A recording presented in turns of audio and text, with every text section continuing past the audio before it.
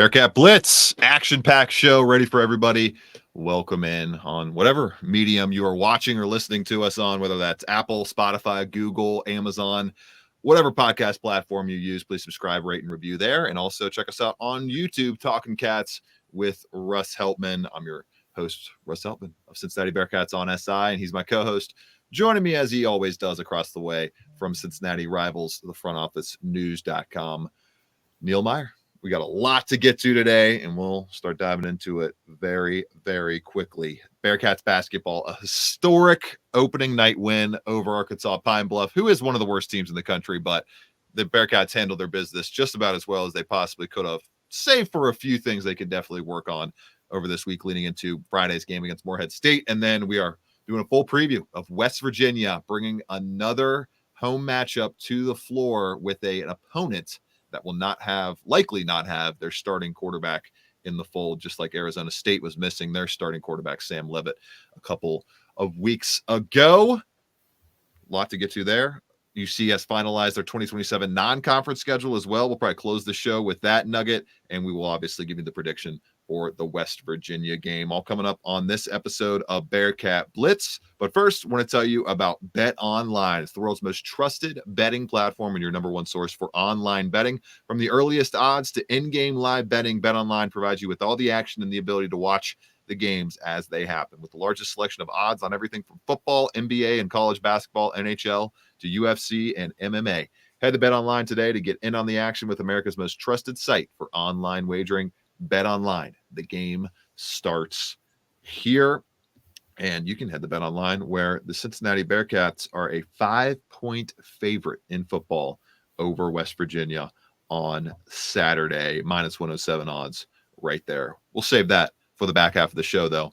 Neil, your opening thoughts on the Bearcats basketball team. We'll get to the Morehead State matchup in just a moment, but the most players in double figures since the early non-conference period last year, a lot of standout performances, including Dan Skillings and Simas Lukosius. Lukosius with 20 points. He was threading the twine all night long, 8 of 10 from the field, 3 of 5 from downtown. Dan Skillings nearly matches him with 17 points, 6 of 11 from the floor, and 11 total rebounds, 5 on the offensive glass to go with 8 assists as well. And we got to shout out Jizzle James, his first career double-double at UC, 12 points, and I believe a career high 10 assists. Neil, they look like a top 20 team in the country going up against a bottom 10 team in the Division I ranks in Arkansas Pine Bluff. It was the biggest win of the Wes Miller era, the most points scored in the Wes Miller era, and they did it while shooting poorly from the free throw line. And Neil, I would say playing maybe 85 to 90% of how well they can play as a roster. It was impressive.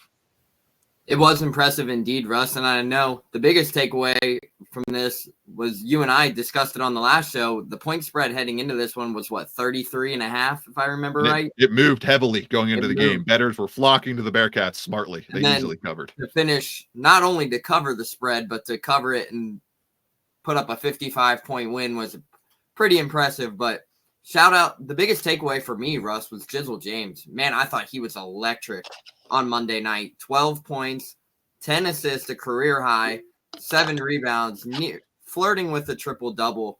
But the most important thing, Russ, he took care of the basketball.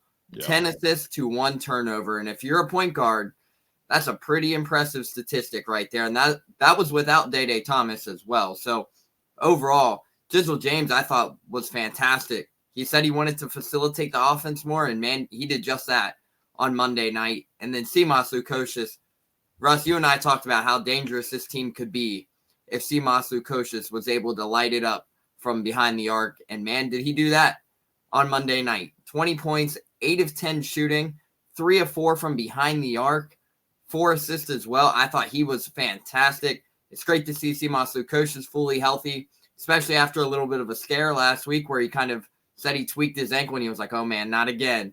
But to see him come out and have that 20-point performance in night one was fantastic. I thought the Bearcats front court, Russ, was really dominant. Aziz Bandago on the defensive end, Dylan Mitchell as well. Those two there at the 4-5 position. Teams are going to have a hard time getting into the paint versus Cincinnati, to say the least. But another big, you have to give a shout out Arrington Page, man, I thought he was electric. Showed the ability to put the ball on the floor and turn around, play back to the basket, and be physical there in the paint. So in order for Cincinnati to happen, to be successful, you bring that into the Page, you get that kind of performance from Arrington Page. And despite it being November, Wes Miller has stated in the past at press conferences that despite it being November, he thinks Arrington Page's best basketball is going to be played in January, February, and March. And I mean, after seeing what he did on Monday night, despite finishing with just 9 points, and I think only, 3 rebounds, Russ, but overall, I thought he was fantastic. And then on top of it, you get the news that Halvin Desalet is going to be eligible to play this year. That's big news for Wes Miller as well. You get another big depth piece, but the Cincinnati team's deep. It's deep. I mean, we saw it on Monday night. You played, 11 guys, and nearly everybody scored. So overall, to think about it, you look down at how deep this roster is, and I mean, the walk-ons didn't even get in this game. That's how deep this team actually is. Right. Halvin Zealot, that was the biggest kind of takeaway in news coming out of the game, Neil, because I mean, it's Arkansas Pine Bluff. Apparently on Ken Palm, there are 10 teams or 9 teams, something like that, 9 or 10 teams worse than Arkansas Pine Bluff entering the season. I would be shocked if they are not the worst team in the country, if not bottom 3 by the end of the year. That was the worst Division I outfit I have ever seen with my own 2 eyes in person. I've seen worse teams on TV, but that was the worst I've ever seen in person. So they did exactly what they were supposed to do. You cover the spread and then some. You make a statement kind of with the score line, and that's about it. You can't make any more statements in a game like this against an opponent like that. But Neil, getting Halvin Zealot some action right away after he gets eligible, that was huge. Having him as another depth piece behind Arrington Page and behind Aziz Bandaogo, that was the biggest question mark for this team, especially coming into the season without Tyler McKinley, is how well would that depth behind Aziz Bandaogo hold up?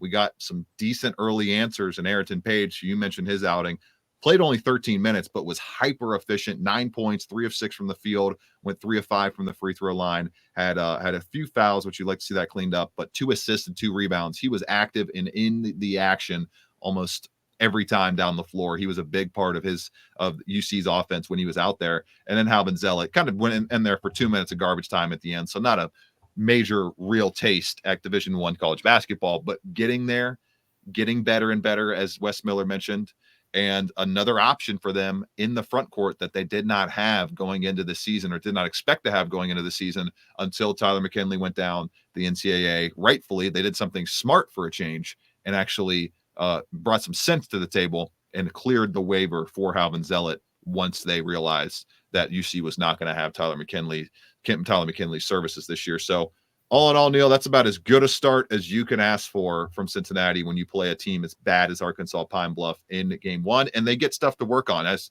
Wes Miller mentioned in the postgame, I made sure to ask him about the free throws. People worried about that again this year. They were in the bottom 70 to 75 teams, or 80 to 85 teams last year in overall free throw mark nationally. I think they shot 68% from the floor. It was worse in game 1, Neil. They shot 56.5% from the floor at the free throw line, 13 to 23 overall. Wes Miller attributing that to some first game jitters. I would agree with him there in the sense that it was that bad, but I still have to see it before I believe that UC is going to be a good free throw shooting team this year. And that's something they can obviously work on. And then some of the first half defense, they're going to be keying in on as well. But I mean, they won by 55, and they had a 27-9 assist to turnover ratio while out rebounding Arkansas Pine Bluff 48 to 25. Those are the last 2 marks, especially gauges that Wes Miller loves to see. I'm sure he's going to find, or has found, some things to take issue with this week to be able to stay on them tight and keep the level of detail refined. But that's about as well as you could start right there, Neil. We move forward to Morehead State. Do not have a spread yet on this game as we record on Bet Online, but it does look like Cincinnati will be heavily favored once again. I would imagine they'll be in the 30s once again as a home favorite in terms of that point spread. It's really just going to be, once again, will they be able to cover another spread and start 2-0 against the spread this season? There is no reason, Neil, why a Morehead State team that's going to be playing its 3rd game in 5 days after taking on a non-Division I school in Nichols, or not Nichols, in I think it was some like crazy college. I'll pull up the college in just a second when you retort, but It's just about the spread in this one, Neil. As a 97.4% matchup predictor favorite, UC is on ESPN's Basketball Power Index. Yeah, overall, you're heading into what should be another easy matchup for Cincinnati and Morehead State. For us, it's going to be interesting to see what Cincinnati took away from their victory versus Arkansas Pine Bluff, and how do they respond versus another mid-major team in Morehead State. Overall, this is a matchup where UC is heavily favored, but it's going to be interesting. This should be a game where Cincinnati should dominate the glass again. Obviously, a 25 rebound margin is something that you're very impressed with, but this should be a game where I believe Morehead State has one player over 6'7", and that's this should be a game where Cincinnati takes care of business on Friday night at Fifth Third Arena in what hopes to be another quick night for the Bearcats. Now, I don't know if we can say 55 points, but overall, this should be another game where Cincinnati should get the job done pretty easily on Friday night. Yeah, I would be shocked if I do not have basically my entire story almost all the way written by the end of halftime on Friday night, which is what you get in a lot of these mid-major versus national championship dark horse contending teams. That's what UC played like on Monday night, and I expect them to look like that on Friday night against the Morehead State team that, as I mentioned, playing its third game in 5 days. They got destroyed at Louisville 93-45. They return home and destroy non-Division I team Boyce 89-48, and then they have Cincinnati 2 days later on Friday night. I'm expecting a similar result to the Louisville game, although I don't know if they're going to be able to hold them under 45 points. That would be really, really impressive. Not going to hold them to a 48 to 50 point victory requirement here, but 30 plus, I think, is what Bearcats fans should expect. Taking a quick break here as we get into the West Virginia preview. Cincinnati football back in action this weekend after completing their second bye week of the 2024 season. Stick with us on Bearcat Blitz, presented by Bet Online.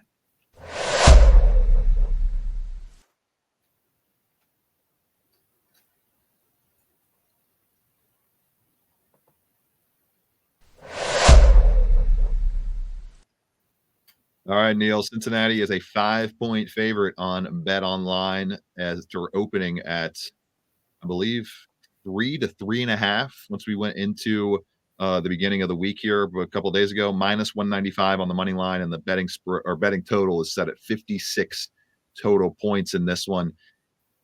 Neil, we'll start on the offensive side of the ball for Cincinnati going up against the West Virginia defense, and then we'll get to the backup quarterback situation on the other side.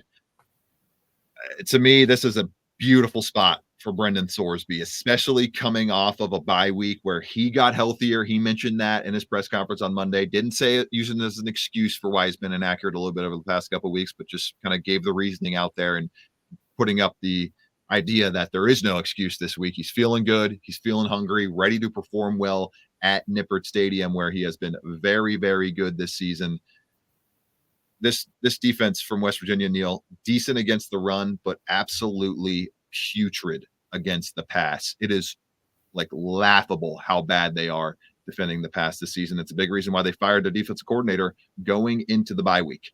115th in passing TDs allowed with 17 this year. 132nd in yards per pass allowed, allowing 9.3 yards per attempt. 115th as well in yards per game allowed through the air, 261. And when you look at the deeper metrics, drop back success rate, 117th in the country and 122nd in the EPA per drop back allowed. Brendan Sorsby, I think, Neil, can drive Cincinnati to victory here. He can spread the ball around at will to guys like Joe Royer, Xavier Henderson, all those players. And we know he's been much better at home than he has been on the road. Not much better. He's been good in both scenarios. But, Neil, he's throwing for 9.3 yards per attempt at home. And that's exactly what West Virginia has averaged giving up this year against, I would say, a little bit lesser amount of competition in the given quarterback strengths than what Brendan Sorsby is going to bring here. 7 touchdowns to 1 pick at home this year. I don't see UC's offense having much trouble at all moving the football, especially through the air. Yeah, no, most certainly, Russ. I mean, this West Virginia secondary is atrocious. Bad. Worst in the country in PFF coverage grade, 38.6 overall. They're the only team in the country graded 40 or lower. And it's also worth noting that they will be without starting defensive back Aiden Gardens for this one, who was a Cincinnati target in the offseason in the transfer portal, likes to go to West Virginia. Looks like he's not going to be playing this weekend due to an injury. So overall, as Russ mentioned, there's a reason why West Virginia had to, and Neil Brown had to make the move to fire their DC and Jordan Leslie because of the struggles this defense have had. They're expecting Josh Coots, the inside linebacker coach, to take over the play calling for the defense. It's going to be interesting, Russ, to see what can happen. Obviously, they had 2 weeks to prepare for the new defense, but I don't think they're going to change schemes or anything. But Russ, to me, this is giving me Texas Tech vibes, where this game could just be an absolute shootout in favor of Cincinnati, where Brendan Sorsby could sit in the pocket all day and light it up for the Bearcats. Especially worth noting, Russ, that you have your full offensive line healthy after the scare with Luke Kandra down there in Colorado after being carted off. They weren't really 100% sure what actually happened, but to see Luke Kandra back out there as a full participant in practice was a huge sight to see earlier this week, and it sounds like things are trending in the right direction for his availability on Saturday. Gavin Gerhardt also got banged up. So Cincinnati, Russ, essentially has their offensive line for what? The third game of the whole season? Their full starting line for the third game? Plus the backups as well. So overall, that's a huge, huge positive for Cincinnati, especially heading into this one. But this is a game where, Russ, you and I talked to Joe Royer earlier this week. This is a game where I'm expecting Joe Royer to go for 7 catches, 70 yards, and a touchdown. I think he's going to have a huge factor for Cincinnati on Saturday. And not only on the offensive side, I think Brendan Sorsby could have another great showing. I think this could be the bounce back game for Brendan Sorsby after a slow few weeks after the hot start. I think this is a game where Brendan Sorsby could go, Russ, for 240, 2 touchdowns, and he might even get a rushing touchdown as well. But overall, the key for Cincinnati is if they are able to open things up in the pass game, it will allow the run game to go. And you do not want to let West Virginia have the ball on the offensive side because, man, are they good at running the clock. So Cincinnati's offense, you want to have these long drives where you can withstand their defense, keep West Virginia off the field, offense off the field. And in order for that to happen, you got to have great play from Brendan Sorsby, but you got to find a way to get the run game going as well. Now, Russ, obviously, when we talk about Brendan Sorsby, people were wondering, are we going to see more of Xavier Henderson this week? I think we will. Obviously, last week or 2 weeks ago versus Colorado, look at who he had on him, Travis Hunter, Heisman favorite. But this could be another big opportunity for Xavier Henderson. Obviously, he had a big game versus West Virginia last year, including a big-time 55-yard touchdown. I think this is another opportunity for Xavier Henderson to show why he could be one of the best wide receivers in the Big 12 and the Bearcats' leading receiver. It's going to be a lot of fun to watch on that side of the ball. As you can see from Neil and I's analysis, big bounce back spot opportunity for Brendan Sorsby in this passing game. It is very much primed for him to go off at home like he has multiple times this season, been stellar, like I mentioned, at home in 2024. Just 1 interception, 7-to-1 touchdown interception ratio, 9.3 yards per attempt. Brendan Sorsby has been lights out at home, and I expect a great performance from him this week. Get into the defense and how they match up against probably a backup quarterback with Garrett Green doubtful on the other side for West Virginia. Coming up on this episode of Bearcat Blitz presented by Bet Online.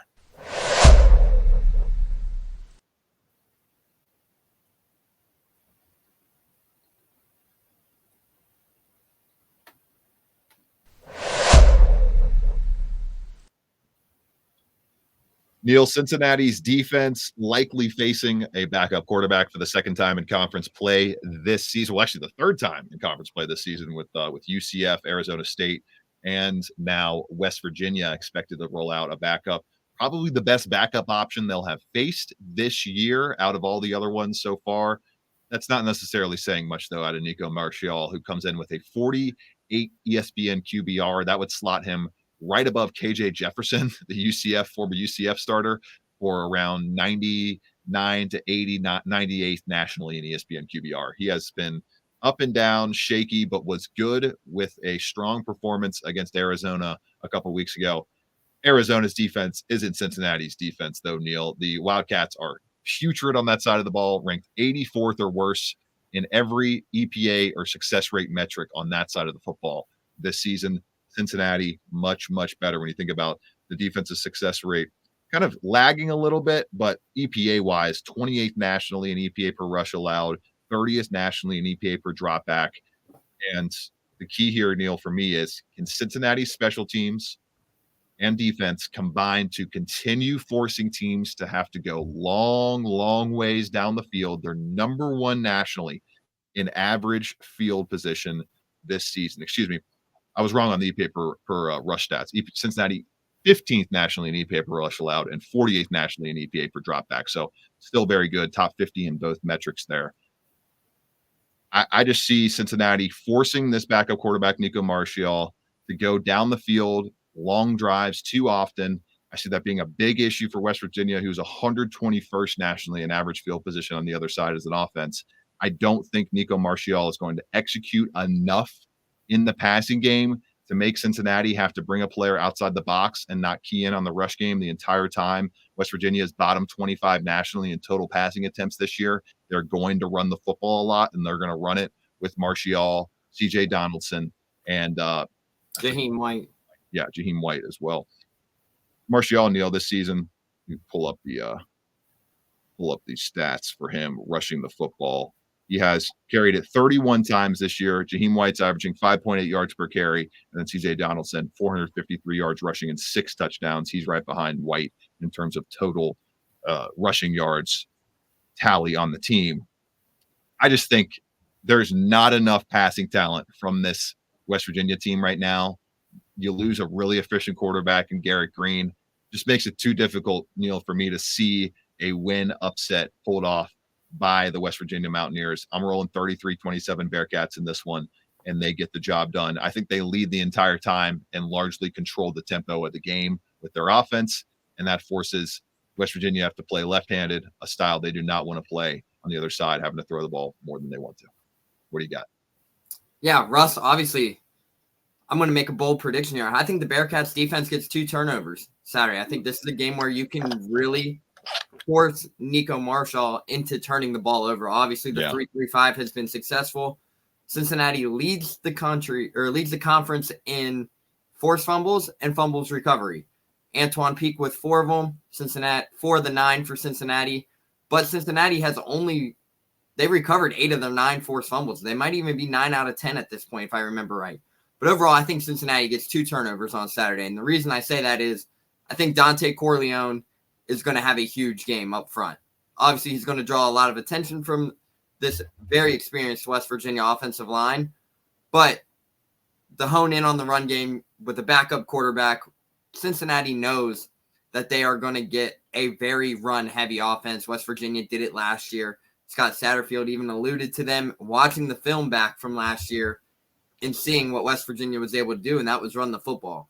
However, with a backup quarterback, they have the ability to spread the ball out to the receivers, but I think this is going to be a run-heavy game for West Virginia. C.J. Donaldson and Jaheim White are 2 different running backs. Jaheim White's your smaller back who's able to get up downhill and go quick. C.J. Donaldson is your bell cow back. He's going to run you over, but overall, I think this is a game where West Virginia is going to try and really wear down the Cincinnati defense, but I think the defense prevails. Russ, I really do. So I'm going to go with the Bearcats 34-27. I think the Bearcats will go over 350 yards of total offense in this game. But I think the Bearcats defense, on the other hand, Russ, will find a way to keep West Virginia under 180 yards on the ground. Rolling similar score lines from Neil and I. We have been in sync throughout the season, and it's gone pretty well for our predictions. One note for Bearcats fans before we wrap up this preview: 0-3. Cincinnati is 0-3 this season, according to PFF's missed tackle metrics, when they miss at least 15 plus tackles in a game. They miss less than that, they've won all their games. They miss more than that, they've lost all their games. It's kind of boiled down to, in a league with so many great playmakers, especially at the running back position, another one this week, 2 of them, and C.J. Donaldson and Jaheim White. If you can clean up your tackles, if you can cleanly tackle game to game, you're going to win a lot of football games in this league, and that's evidenced by Cincinnati being 5-0 in games where they miss less than 15 tackles, and 0-3 when they miss more than 15 or more tackles in a game. It should be a lot of fun, Neil. And what also should be a lot of fun, although way down the line 3 years from now, is a matchup against Missouri State, smack dab in the middle of the non-conference schedule announced yesterday by the Cincinnati Bearcats football program. We'll close on this, Neil. It is going to be a 9-11 affair for Cincinnati against Missouri State in 2027. It completes the non-conference schedule, which looks like, pull it up with all these dang links. Here we go.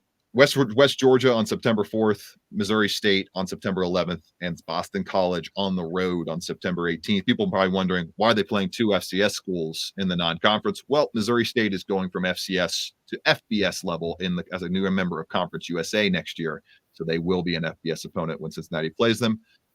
Kind of our last announcement here on the show, Neil. Quick thoughts, and then we'll get out of here. Yeah, overall, it completes the non-conference schedule. Obviously, people were probably wondering why you get the 2 FCS, but the big takeaway from that is Missouri State will be going to the FBS level, joining Conference USA, starting in 2025. So they'll be in their second year in Conference USA at the FBS level. So overall, it could third year by that point. Yeah, it could be an opportunity for Cincinnati where Missouri State could really prove a lot of people wrong in Conference. Maybe they're a James Madison. Maybe they got a Kurt Cignetti waiting to blossom. Yeah, you never know. But overall, I think looking down at the schedule, I mean, you lock up your non-conference schedule, and that's a year where there will be no Miami game. So overall, you look down, and it's West Georgia, Missouri State, and Boston College. And for everybody knows, the Power 5 and their Power 4, whatever people might call it nowadays, Boston College is going to be a good team. They always are, competing at a somewhat high level in the ACC. So overall, it's nice to round that out, but that should be a fairly heavy non-conference schedule favoring the Bearcats, if you ask me. I agree with that, Neil. For Mr. Meyer, I'm Russ Heltman. This has been Bearcat Blitz on the Believe Network, presented by Bet Online. Enjoy all the Bearcats action this weekend, everybody. 6, Ritter to the end zone, looking for Pierce. Did he hang on? Yes. Touchdown. Lead the back as I've been around. Here he goes again. Busts free. Jerome Ford down the sideline. Foot race. House call. Touchdown. 79 yards. Big one in the Peach Bowl. This is a big one, too.